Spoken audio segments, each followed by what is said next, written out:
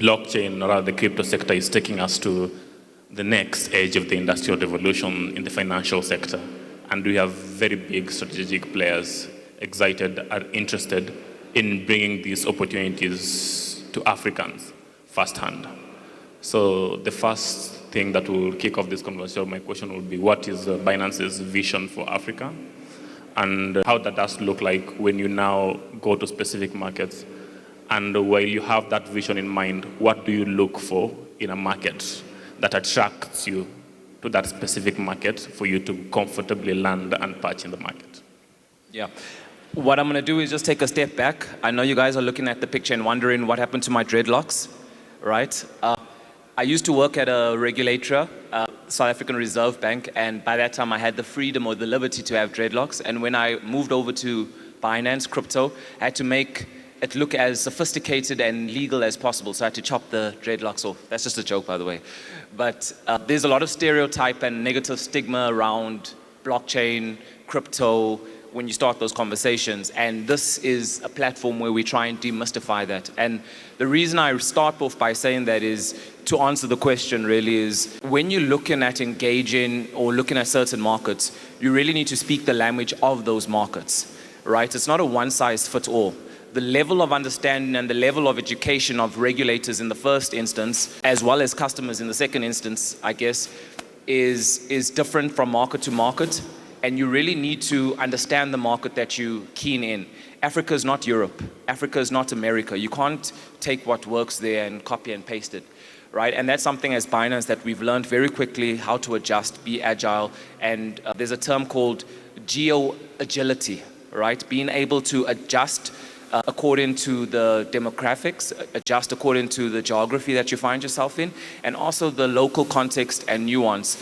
We sometimes phrase it as contextual intelligence, right?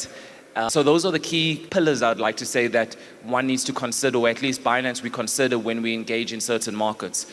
I'd probably also say that a second attributing factor to this is partnering with local players, and such as the VAC, the Virtual Asset Chambers, partnering with local council, such as Bowman's, ENS, partnering with local media houses, because at the end of the day, crypto is a team sport, right? You have your regulators who are the referees, the VAR, virtual assistant referees, whether you like them or not. But then you also have your defenders, you have your strikers, you have your midfield, and ultimately, all of us are needed in the ecosystem. It's not just Binance, the biggest crypto in the world. Also need to create an ecosystem that stimulates growth from local markets. And that's why there's that symbiotic relationship that occurs in this industry. So those are some of the elements that we'd look at from a Binance perspective to say, when we're looking at localizing or penetrating a certain market, we need to come correct. I think that some of the millennials and the alphas and the Gen Zs will understand. You need to talk to me nice. You know, we need to address the issue in such a way that it's palatable, it's understandable, it's not jargon, it's not glorified or over sophisticated. It's something that makes sense. How are we solving real life problems using crypto and using? I'll stop there. I can continue talking, but I'll stop there for now. That's my answer to that. Okay, yeah. Thank you very much for that, Larry. And I think I'll touch a little bit on education, then we will go back to what exactly we will look for in the market. There's this quote we created that the best policy is not one built in silos. It's one shaped by dialogue, data, and duty. And I understand that the biggest challenge as stakeholders we've always had across various African markets is the knowledge gap, for lack of better words. And we have seen a good number of stakeholders coming into these markets and focusing on education. But for the longest time, education was focused on blockchain engineering and developer education. And there was a massive gap in terms of educating key stakeholders and regulators.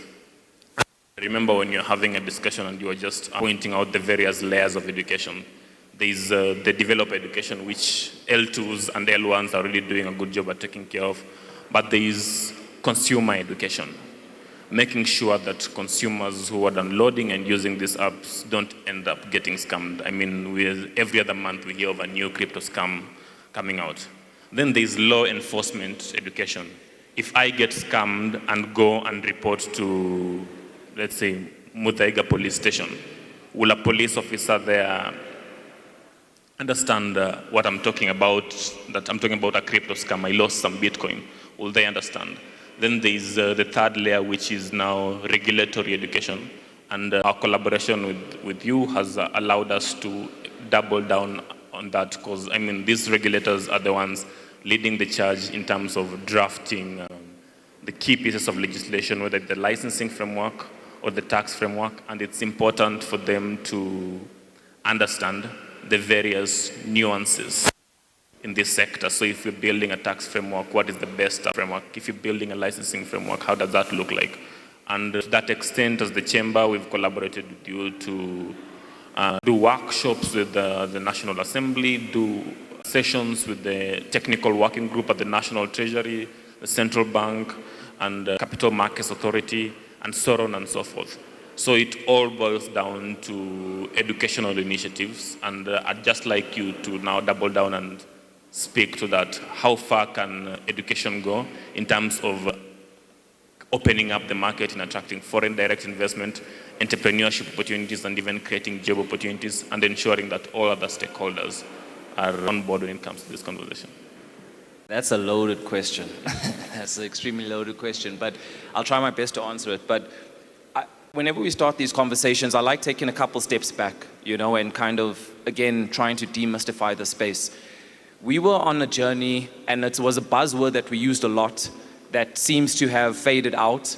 I don't know if you all know it, but it's called 4IR, right? The fourth industrial revolution, right? That happened just before COVID, and COVID was kind of one of the propelling forces that made a lot of the, I want to say, older folk be inducted into the virtual space, Zoom meetings, etc., etc. And honestly speaking, when you talk about education, you need to put it in that context of what era do we find ourselves in, right? Crypto is nothing in isolation. It's actually part of this fourth industrial revolution that we find ourselves in. And understanding that there's certain components that have been very analog, and money being one of that, fiat being one of them. And this is a revolution or an evolvement of certain systems or processes or transfer of value that is necessary for us to get into that new frontier. I mean, if you want to equate it to like traveling to Mars and et cetera, we need that type of understanding, right? Not just in terms of crypto, but we need to have that openness to try and look into the space and say, what does change look like in the space? What does it sound like? How do I actually find myself relevant in the space right now? So education as well also needs to be contextualized from that perspective. I think, again, maybe from a more Binance perspective, we have a Binance Academy where we really try and bring that education of not just cryptocurrency, but the blockchain ledger, understanding like what the space actually comprises of, because there's a lot of components to it. It's not just crypto meme coins. Some people call it SHIT coins. It's not just stable coins. It's a whole ecosystem. And when we talk foreign direct investments, again, it's a very broad term. Whereas if you actually look at it very simplistically, it's opening up traditional or existing sectors, right, and integrating crypto into that then creates job opportunities. Like, as a law firm, you would never have had a sector that would have looked at specifically cryptocurrency, in crypto law. Now with the crypto legislation, guess which lawyers are going to be high in demand? It's going to be the crypto lawyers, the people that understand it, like yourself, right? So contextualizing different sectors you find yourself, you find that it's actually very integrated, right? And you need to, as an industry owner in your space, say, how does this relate to me? How does this connect to me?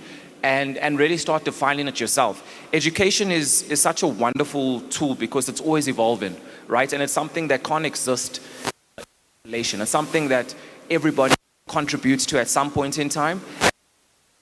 And again, I have the propensity to be more open-minded to that, understanding that, and also having that drive. Because at the end of the day, there was a quote I read that it said, not AI is not going to replace human tasks, but people that know how to use AI will replace those people.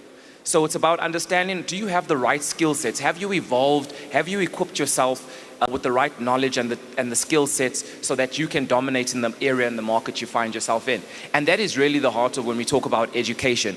Because ultimately, when we're talking about redefining this new frontier, for crypto adoption in not just globally, but I want to focus more so on Africa and Kenya, you have to look at it from awareness perspective all the way to the adoption perspective, right? And what does that include? It includes activating interests. It includes activations, your market instance.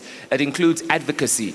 It includes all of these mix or these elements that's not new. There's been a lot of emerging industries that have happened decades before crypto has evolved. And this is just another pattern. This is just another cycle. This is just another I don't want to say routine evolvement, but it's just another frontier that we find ourselves in. So the redefining process is really looking back on what we already know and saying, here's a new industry. Where does like fit with like?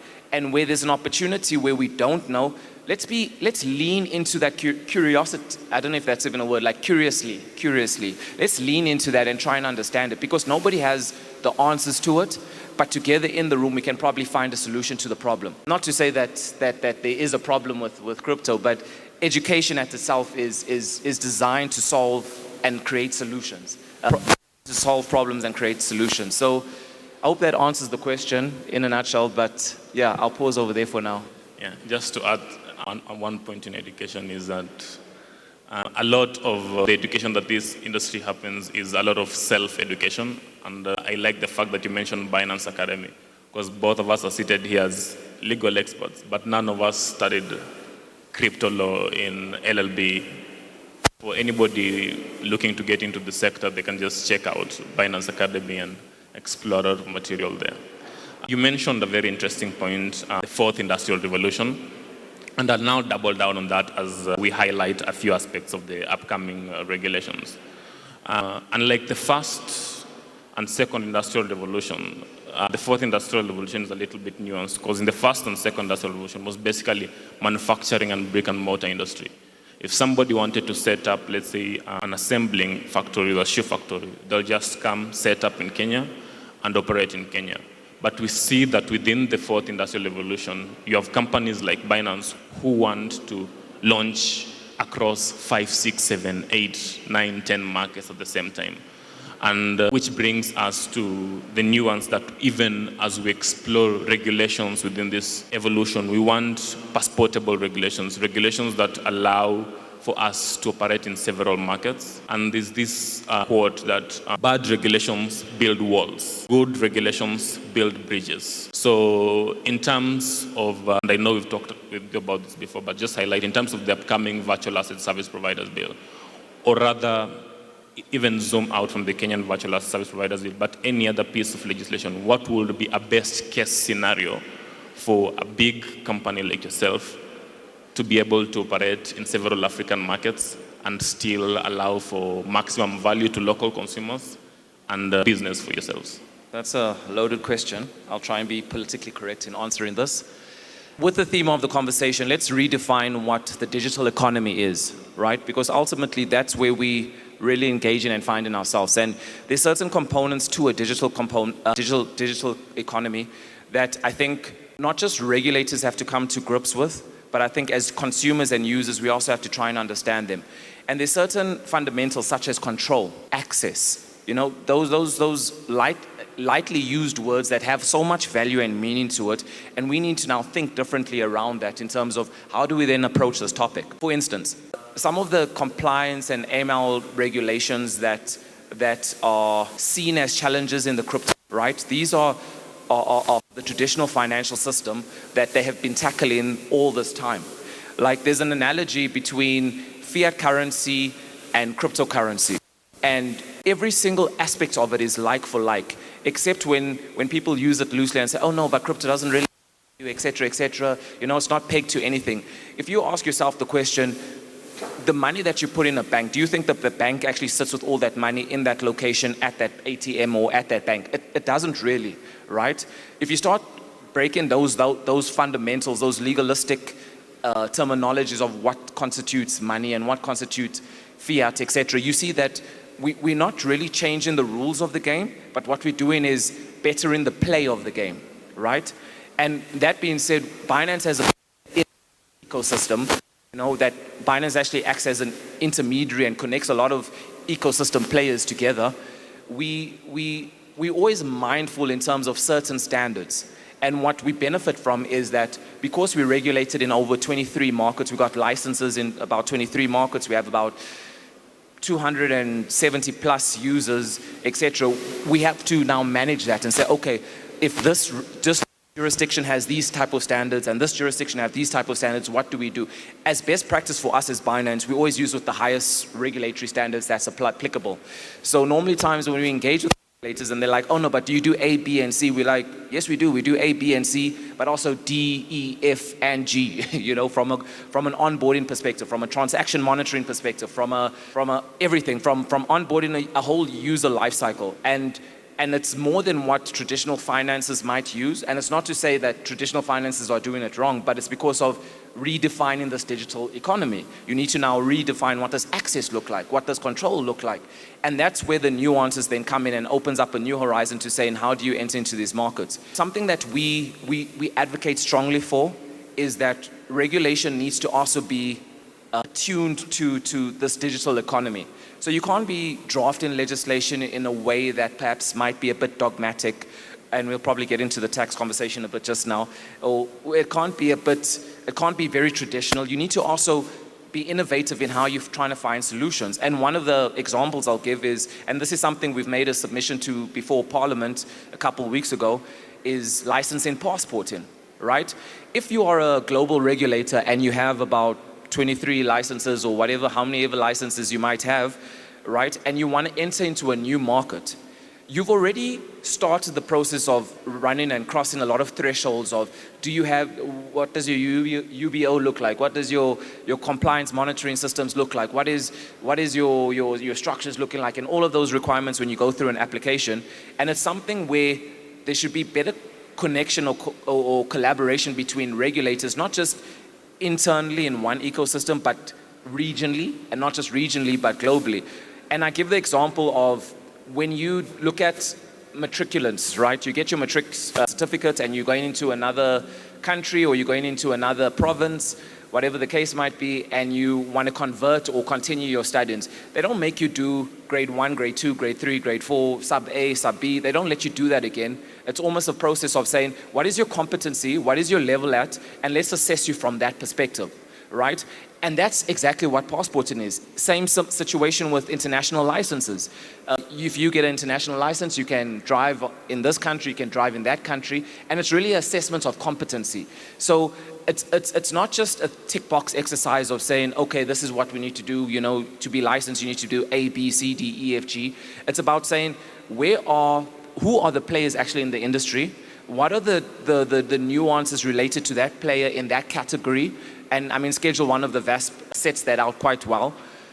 And then start saying, okay, is there any synergies or linkages or places that we don't have to duplicate efforts from, not to bypass any requirements, AML requirements, tax requirements, etc., but to say, how can we then make it easier so that adoption can be attracted? And again, bringing this back to Kenya, is that currently Africa finds itself almost in a race, right? And I say this with a bit of tongue in cheek, because a lot of the times you look at Nigeria, you look at South Africa, you look at all the other regional players, Mauritius, Seychelles, but nobody's really created something that's pan-African, that solves for the solution, that solves for the problem that we need a solution for, in terms of trying to identify how can this progress, not just one player, but the whole ecosystem.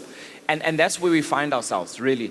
I mean, I can talk a lot about this, but I'm going to pause there. I see this timer is disappearing very fast, so I'll just pause over there. But licensed passporting is an example of how you can create a more open and more fluid ecosystem in terms of crypto adoption, especially.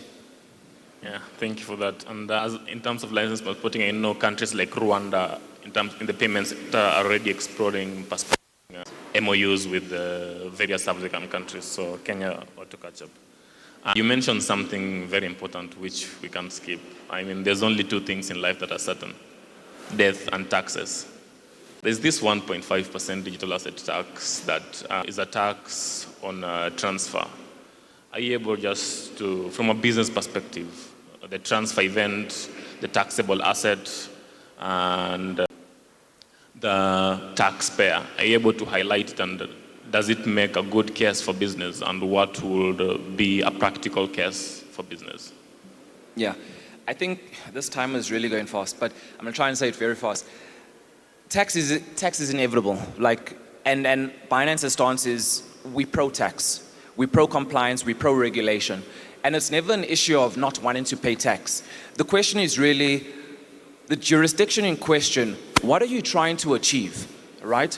And I ask that not lightly, because if you're trying to attract foreign direct investment, having 3 layers of tax is not very inviting, because the use case is then why not open in the Seychelles and the Mauritius where there's only 1 or 2 layer of tax as opposed to 3, right? So we need to be mindful and put that in perspective. So it's not about not paying tax. Again, we also welcome the fact that tax is also part of this equation. We also welcome the fact that regulations is part of the equation. And we also welcome the fact that regulators are listening and government is listening, because for them to drop from 3% to 1.5% is them saying, we hear you, we want to invite you, we want to help you, and we applaud the government and the regulators for really having that softness in heart to listen to the industry's concern. And this is where the educational part comes in, because it's really about the mechanics of how that 1% is actually charged. If you look at the elements in terms of looking at what's a taxable event, you look at who's the taxable players, and then you look at what's the taxable assets, right? Then the conversation kind of changes, and you realize that the mechanism of how they're trying to charge us 1.5% is still not correct, right? It's still, besides the practicalities, besides the constitutional inconsistencies, besides the operational hurdles, and bigger players like Binance might be able to weather that storm. So when we argue in these points, it's not about us, because we probably could do it, but then you stifle in the growth for their local economy, right? And like I say, crypto is a team sport, so you need to also create an environment that's conducive, not just for big players, but also for the local startups. Once upon a time, Binance was a local startup. You know what I mean? So if you want to promote this in your country, and Kenya specifically, if you want to attract that foreign direct investments, you need to be asking the questions, are we doing the right things to get the right results? I don't want to belabor on the point, but from a commercial perspective, as much as we can bring in PR, we can bring in marketing, we can bring in the lawyers, to try and glamorize and try and drive adoption. When the tax person says no, the tax person says no. If tax is not favorable from a commercial standpoint, it kills all operations, unfortunately. It chops it off at the legs. And that will be a disservice to how much effort has been put into this virtual asset service provider bill in terms of how far Kenya has evolved it. And I must say, it's one of the best pieces of legislation that I've seen across the market. So the tax issue is not really about not paying tax. It's about really getting that level of understanding in terms of, let's talk about the mechanics, because that's really stifles growth and innovation at the end of the day. From the perspective of your experience in this industry as a former regulator and a former banker at now in this space, what is your perspective on this 31% and the zeal around banks and payment service providers joining the space? I'll be very brief because this time is already in the red. Ex-regulator, ex-banking system before even joining Binance, so I have to swap a couple hats sometimes. But one thing that's unequivocally clear that we always advocate is that we're not here to replace TradFi. It's a team sport. At the end of the day, it's about financial inclusion. If you look at how many bank accounts are open globally, across Africa and in whatever jurisdiction you're trying to focus on, then you look at how many mobile wallets are open across globally, across Africa and again in that specific jurisdiction. And then you look at cryptocurrency adoption and users from a global perspective, African perspective, and then the specific jurisdiction you look at, you actually increase in the remit of financial inclusion. Not everything fits for everybody. Right? So your traditional finance will always have a place in this ecosystem. In fact, your traditional finance, some of the methodologies are being incorporated into the crypto space. Likewise, the TradFi guys are kind of waking up and saying, we actually need to pull in crypto into our remit of products, because if you look at what's in demand, what BlackRock's doing, etc., you can see that they see the value in it. There's certain solutions that crypto and this digital economy provides and caters for that it's really a team effort. It's really a collaborative effort. We welcome that. And to the stats of 31%, I still think that's very low. Like I appreciated, 31% is very, very low. If I look at other markets across the regions, central banks have been more bold and said, you must bank crypto players. And the reason they say that is because at least they have a line of visibility through the banking sector in terms of fiat on-ramps and off-ramps when that takes place. So you see that there's a synergy that people can lean on. So sometimes I understand from a regulatory perspective, you kind of err on the side of caution, right? In terms of saying, let's not move too fast, let's first wait and see. But there is, I think we are at this precipice where we have to really now act fast and really work on and lean more into these collaborative, there's flashes that's happening over here. So I'm just going to wrap up now. It says Q&A time. But really it's about collaboration. It's not about replacement. Again, there's space for everyone in this economy. Yeah, so banks do not be afraid. It's about collaboration. And anyway, PSPs. It's time for Q&A. I see I'm being signaled here. So. Do you want to take this one? Good morning, everyone. Good morning, the panelists. My name is Martin Lugendo. I've been in this space of cryptocurrency and blockchain for the past 4 years, working with a cryptocurrency company. And my question actually goes to Larry. I appreciate both of you for the information that you've just disseminated. My question specifically goes to the new bill that has been proposed. You've sort of touched on it, but actually to understand that virtual service providers bill that has been proposed, you talked of the taxable players. So how exactly is it going to be affected, that digital asset tax? Is it at the point of the exchange when I'm doing my payout, or how is it going to be affected? Thank you very much. Very good question. So there's two elements, there's two bills that's actually in question. We have the financial bill of 2025, and we have the virtual asset service provider bill. The virtual asset service provider bill 2025 doesn't talk about the tax. It's the financial bill that talks about the digital asset tax. The digital asset tax is also a new phenomenon. It's only Tanzania and Kenya that has it. I would assume Tanzania copied Kenya in terms of what was introduced. But those are the only two jurisdictions globally that have this digital asset tax. So it's a bit of a nuance. It's a bit of a new something that's taken place. And it's based on, again, an educational gap that needs to be explained. If you look at e-commerces, they try to simulate it through digital service tax, and a lot of jurisdictions actually ended up backpedaling in terms of how they actually implement that. So your question in terms of when does the transfer take place, when does that tax actually apply, that is the issue at hand. Because like I mentioned, we need to define, and currently the legislation is very loose in terms of what is a transfer, what is a taxable event, what is a taxable asset, because they look at it like changing. If I take money from my one pocket to my other pocket, they charge that as a tax, or the definition is wide enough to consider that as a taxable event, right? Or a transfer at least. So those are the nuances where it doesn't make sense. Imagine being taxed, you moving your money from your savings account to your check account.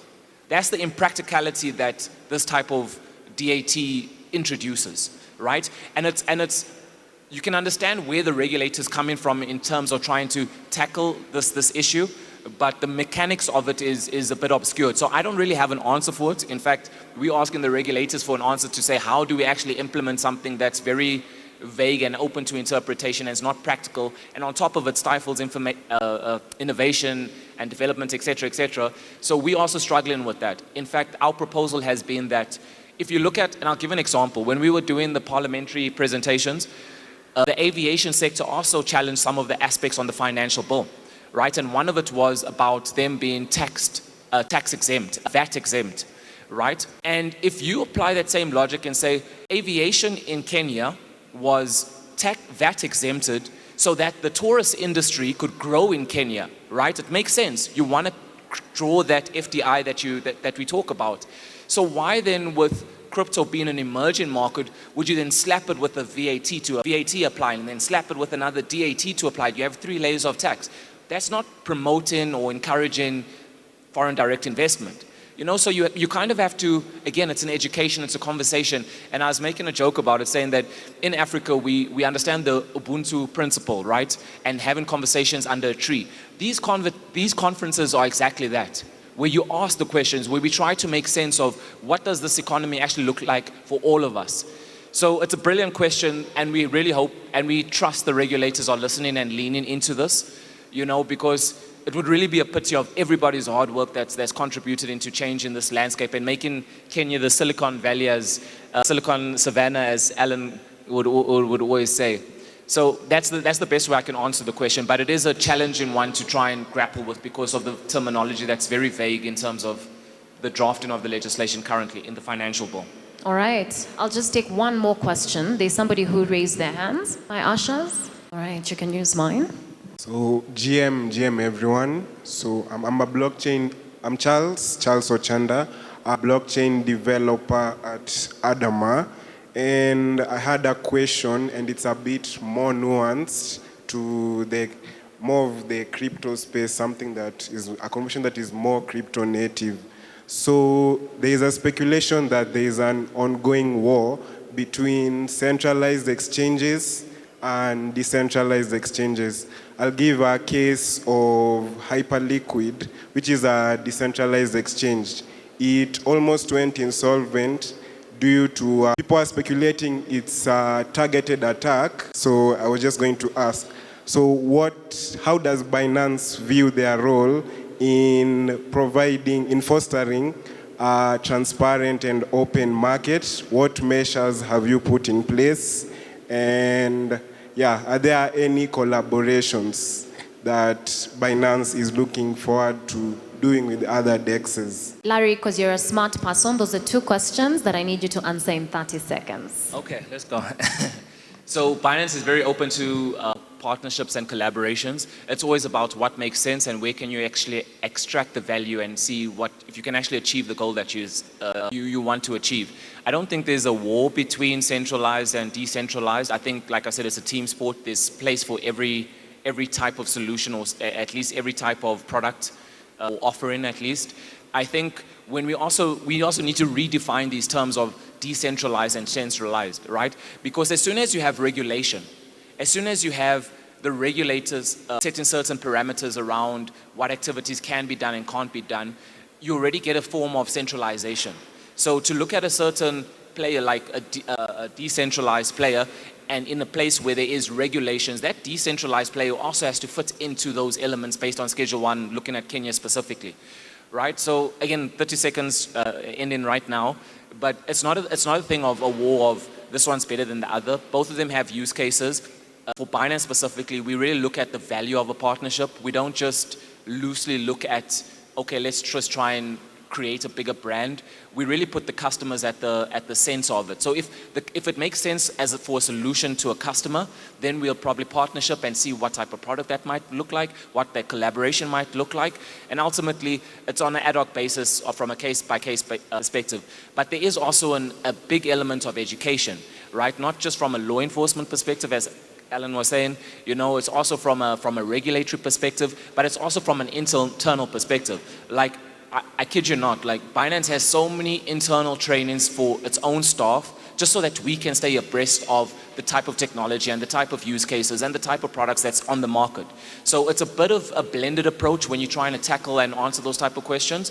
And my time is up, but happy to connect after this conversation and we can try and talk more, because I think you have a specific example in mind. I don't want to mention it on stage, but let's chat more offline. Thank you. Let's appreciate our guests, guys.